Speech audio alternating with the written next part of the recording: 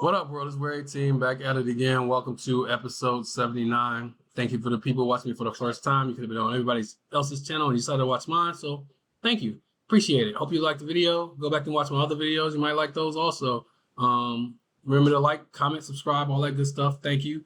For all the people who've been with me since the beginning or come a long way, thank you for continuing to subscribe. Thank you for continuing to watch. Thank you for continuing to do everything. I truly appreciate it. Makes me want to put out better content, better videos, and stuff that you guys like. Like I said, this is episode 79. Today's topic will be my top 5 favorite basketball documentaries.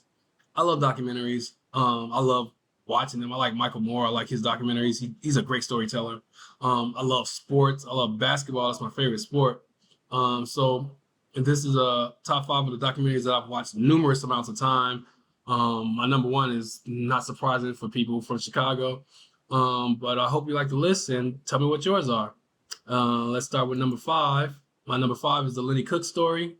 For those who don't know who Lenny Cook is, he was LeBron James before LeBron James. He was the number 1 ranked player in the country the same year that LeBron became famous. Before everybody knew LeBron, it was Lenny Cook. Story goes, he went to an ABCD camp. He was the number 1 player. People came to see him.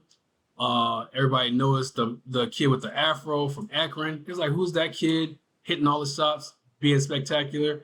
Everybody started watching him. LeBron hit the game with a shot. From that point forward, LeBron was the number 1 player in the nation.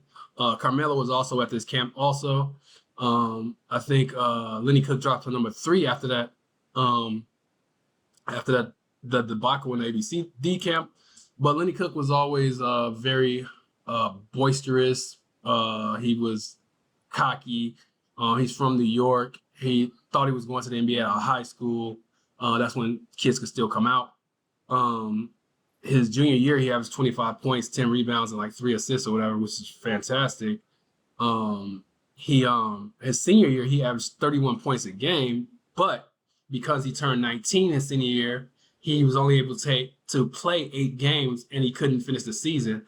So he pretty much was out of basketball for a whole year, which probably was the reason why he did not get drafted in the 2002 NBA draft. But also his agent was enticing him to go into the NBA.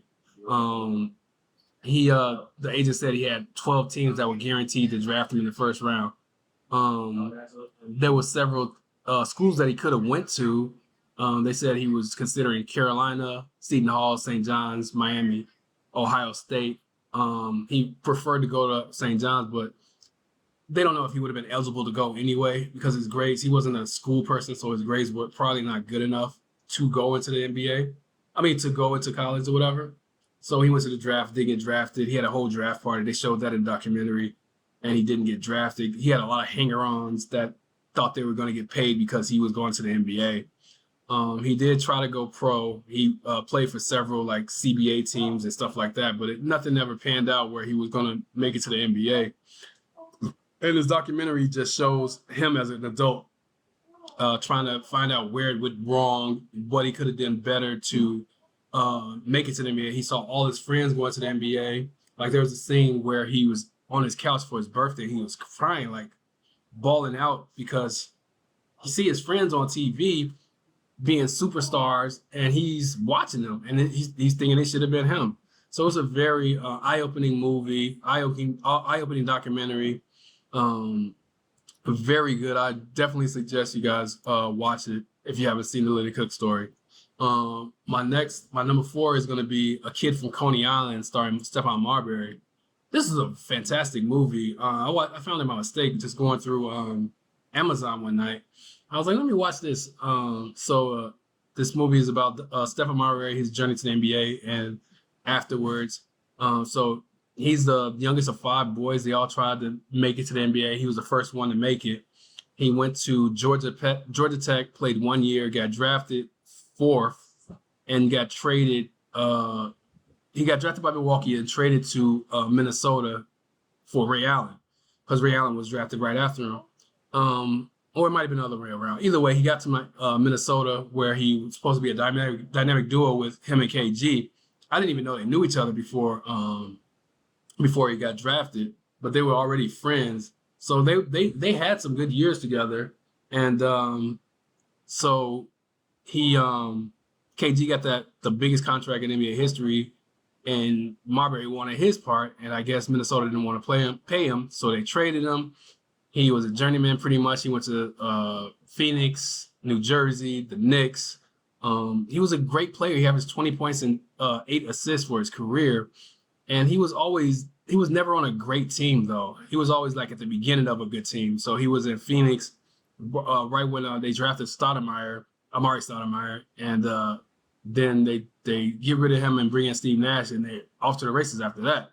But he was always a good player. He ended up going to China where he won a couple championships, and he said he loved it over there in China. It was a great experience. He said he wished he would have came earlier. He didn't know the experience would be so fantastic. At the end of the movie, they show a scene where he's in Brooklyn getting a haircut, and he talks to this kid. This kid was like, "Oh, you Stephen Marbury?" He's like, "Yeah." He's like, "I want to go to the NBA just like you." He's like, "You can be anything you want to be. You don't have to go to the NBA." He was like, "Really? I thought the only way to get out of the hood was to be an athlete." He like choked up a little bit. Like, kids shouldn't have dreams of getting out the hood to be athletes or rappers. You should raise your kids to want to be more than that. Yeah, they make a lot of money, but there's other professions that make money. Be a doctor or a lawyer or something like that. But he was, I think he was a little blown back by the kid's answer. That was a great moment in the movie. I still remember that. But it's a great movie. A Kid from Coney Island, starring Marbury. Check that out. One of my favorites. My number 3 is More Than a Game, LeBron James. Great movie. Shows LeBron James from his childhood up into high school, and his 4 years in high school at St. Mary's or whatever, his friendships, the people he met, how he became such a big deal, his whole story. It's a great movie. I think I had it on DVD. It's a real good movie. Shows how you became the #1 player, shows them winning city and state. Shows him I think it showed, I don't remember if it shows him getting drafted. It says, and this kid became an NBA player, whatever. Well, he's one of the first people that came in with all the hype and actually lived up to the hype after, and he's still playing today, 20-something years later. So it's a great story. The movie is well shot. It's a lot of footage from when he was a kid, a lot of footage from when he was in high school. I definitely recommend it. A lot of people probably saw it already, but it's a great movie. More Than a Game, LeBron James. My number 2 is Benji, 30 for 30. It's a 30 for 30 movie starring Benji Wilson. He was a player in Chicago, went to Simeon High School. He was like one of the first highly ranked players to come out of Chicago. He was #1 in the nation after going to some summer camps or whatever. He is brutally murdered. He got shot and killed, mistaken identity or something like that. He was taking his girl to the bus stop during lunch, and this guy thought he was somebody else and shot him and killed him. Super sad story. He has so much potential. He played basketball with R. Kelly and Nick Anderson. Nick Anderson actually wore his number when he went to the University of Illinois.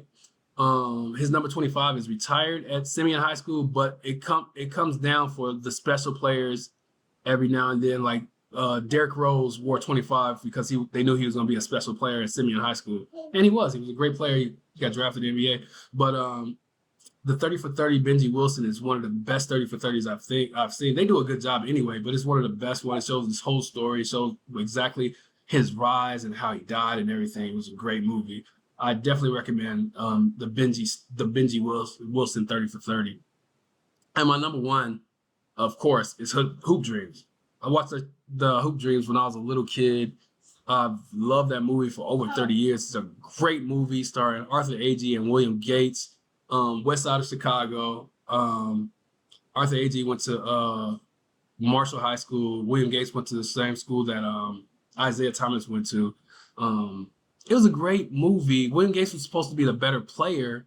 He was probably the better player, but he had so many injuries. They both went to the same school. They saw Arthur Agee wasn't going to be anything, so they pretty much kicked him out of school because he wasn't growing. He went to Marshall High School, inner city school in the west side of Chicago, and took them to the they won the city championship his senior year, and then they went downstate, which William Gates wanted to do his full 4 years at that school. They did him wrong pretty much. William Gates. He ended up getting a degree from Marquette, because they showed there's a scene where he was signing his letter of intent. He's like the guy was like, even if you get hurt, you're still going to be able to have this degree from Marquette, and they honored that. He got his degree. I guess he's doing well. He's a preacher. He has like 9 kids. And Arthur AG. Neither one of them made to the NBA. Everybody thought they were going to make to the NBA, but it's a fantastic story. Unbelievable how they found these kids, and the story didn't go exactly how it's supposed to go, but it was still a great movie. One of my favorite documentaries of all time. I love Hoop Dreams. I will never say nothing bad about that movie. It's a great movie, and I still watch it to today. So Hoop Dream is my number one. I got some honorable mentions. The Last Dance, of course, shows the Bulls 6 championships, the 2 3-peats. Great documentary, from Jordan's point of view, I guess. Without Bias, the Len Bias story was this unbelievable story about Len Bias, they said he was Michael Jordan before Michael Jordan, bigger, stronger, faster. But he got into the drug. They said he only did it once, but sad story. But it's a great 30 for 30. And the Fab Five story, which is about the Michigan 5 the 5 freshmen, Chris Webber and them. Great documentary. Those are my honorable mentions. Thank you guys for watching. I truly appreciate it. Let me know your top 5 basketball documentaries. Let me know if you like my top 5. You could have been on anybody else's channel on YouTube and you decided to watch mine. So thank you. I truly appreciate it. Make sure you like, comment, subscribe, share, all that good stuff. Help me to make this channel bigger and better. Thank you guys for watching. Have a good one, no matter what time of day or night you're watching. Get at y'all later on the next one. Later.